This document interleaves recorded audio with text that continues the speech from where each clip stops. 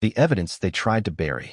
Good day, and welcome back to the Sussex Files, the channel that goes looking for the stories other people quietly put back in the drawer and pretend they never found.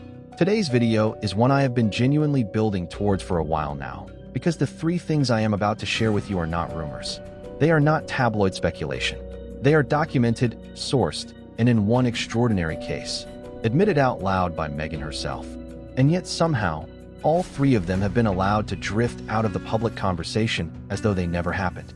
We are talking about a formal investigation paid for by the late Queen of England that simply vanished. We are talking about a staged interview that Meghan personally blew the cover on and then apparently hoped nobody would notice. And we are talking about a diary. A detailed, meticulously kept diary that royal biographers have confirmed exists, that Meghan has referenced herself, and that has never, not once, been released in full.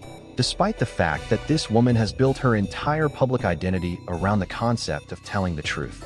3 pieces of evidence, 3 stories, and in every single case, somebody, somewhere, very much wanted you to stop asking questions.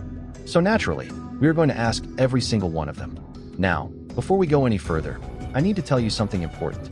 The Sussex Files had a previous channel, and due to circumstances completely beyond our control, that channel is gone. What you are watching right now is our brand new home, and we are building something that is going to be extraordinary. But here is the thing. If you are not subscribed with the notification bell switched on, you will miss it. Every video we release, every investigation we open, every story they hope disappears, gone. Just like that buried report we are about to discuss. So right now, please hit subscribe and ring that bell. Because unlike Buckingham Palace, we do not bury our findings. We publish them.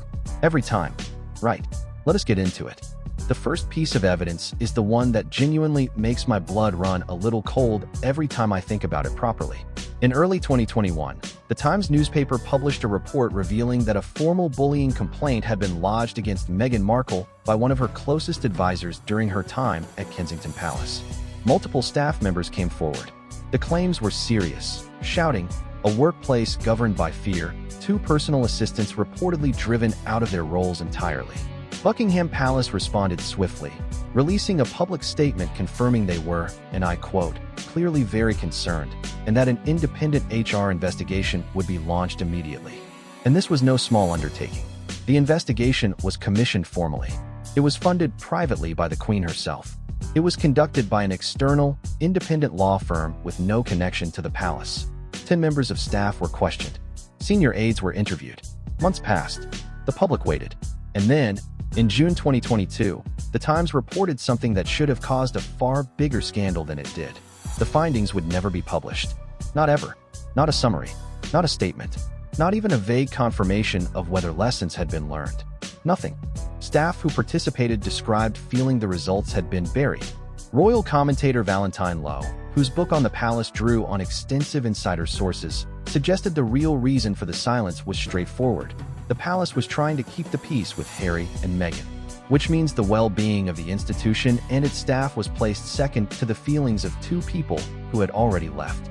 And as recently as early 2025, royal expert Camilla Tominey added a detail that makes the whole picture even more unsettling.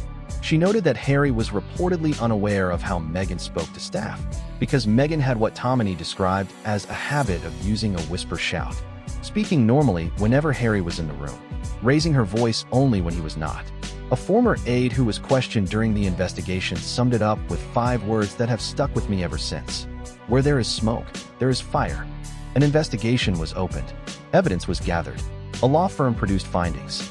And then a decision was made, by an institution that publicly claims to stand against bullying, that the public simply would not be told what those findings were. If you found a letter in your neighbor's garden, read it, and then quietly posted it back through their door without telling anyone, you would still know what was in it. And so does the palace. Now, let us talk about the interview. Because this one is remarkable in a completely different way, because the person who blew the cover was Meghan herself. In late 2022, Meghan and Harry released their Netflix documentary series. In it, Meghan spoke about her 2017 BBC interview with journalist Michelle Hussein, the one broadcast to the world just days after the engagement announcement, the one that introduced her to billions of people for the very first time as the woman Prince Harry had chosen. And Meghan described that interview as, and these are her words, an orchestrated reality show. Pause there for just a moment. The woman who has spent years arguing passionately that she was misrepresented, that the media created false narratives around her, that the institution failed to present her authentically to the public. That same woman confirmed that her very first major media appearance was a constructed performance. Not organic, not genuine, orchestrated. Michelle Hussein, the BBC journalist who conducted the interview, gave a remarkably measured response when asked about Meghan's revelation. She said simply, "I didn't know what to make of it." Which, to be fair, is exactly how most honest people would react upon discovering that the interview they conducted in good faith was apparently theater from start to finish. The layers of irony here are genuinely spectacular. You simply could not write it. And now we arrive at topic 3, the one that keeps royal commentators and legal experts alike quietly but persistently intrigued. The diary. Multiple royal biographers, including Tom Bower, whose research into the Sussexes drew on extensive insider sources, have noted that Meghan kept detailed records throughout her time within the royal family. She documented conversations. She noted interactions. She recorded events. And she has herself alluded publicly to the existence of this documentation, referencing the fact that she has evidence to support the narrative she has presented in interviews, in her Netflix series, and through her representatives. When Gayle King, one of Meghan's closest friends, appeared on CBS in the aftermath of the Oprah interview, she told viewers with considerable confidence that Meghan had documents to back up everything she said. Everything. That word choice was deliberate. And yet, where are they? If you have a diary, if you have documents, if you have, as Gayle King insisted, evidence for everything, and your central argument to the world is that powerful people have been lying about you for years, why would you not release it? Why would the most potent proof of your truth be sitting in a drawer in Montecito while the debate continues to rage?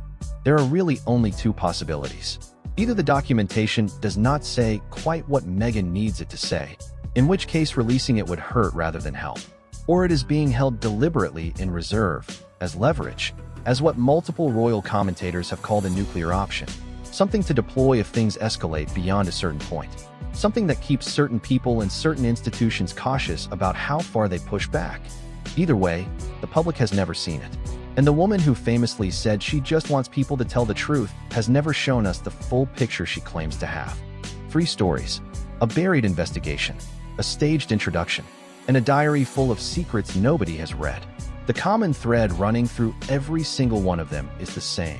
Information exists, conclusions were reached, evidence was gathered, and at every turn, the full picture was withheld from the people who most deserve to see it.